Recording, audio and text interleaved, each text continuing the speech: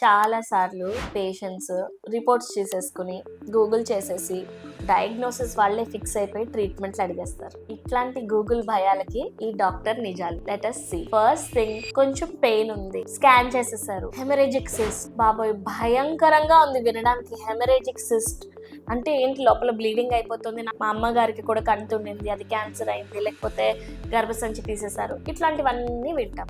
అసలు haemorrhagic cyst ఏంటి? Periods ఎంత కామన్, హెమరేజిక్ సిస్ట్ అంతే కామన్.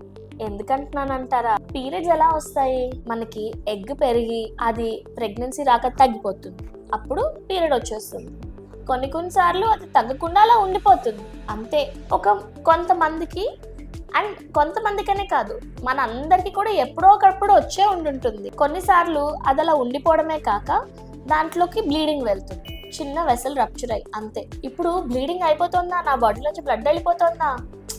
ఏమీ కాదు. చాలా సార్లు 90% అదొక నెక్స్ట్ పీరియడ్కో ఆ నెక్స్ట్ పీరియడ్కో వెళ్ళిపోతుంది. ఇప్పుడు ఆ ఒక 2 సెంటీమీటర్ 3 సెంటీమీటర్ ఉన్న హెమరేజిక్ సిస్ట్ కోసం వెళ్ళి ఆపరేట్ చేసుకుంటే మనము గోడుతో పోయేదాన్ని గొడ్డల దాకా తెచ్చుకున్నట్టు అనమాట.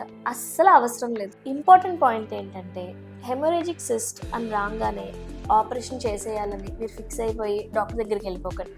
నిజమేంటంటే హెమరేజిక్ సిస్ట్ చాలా కామన్, వాటంతట అవే తగ్గిపోతాయి.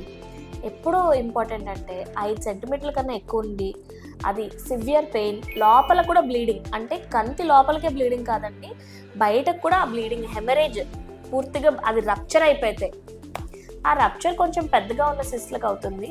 అలా ఉన్నప్పుడు సివియర్ పెయిన్ వస్తుంది తగ్గకుండా, అప్పుడు వెంటనే డాక్టర్ దగ్గరికి వెళ్ళండి. మీరు డిసైడ్ చేసుకోవాల్సిన అవసరం లేదు ఏది డేంజర్ అని. డాక్టర్ దగ్గరికి వెళ్తే వాళ్ళే చెప్తారు. 90% అదే తగ్గిపోతుంది. So trust the doctors, not Google. Thank you.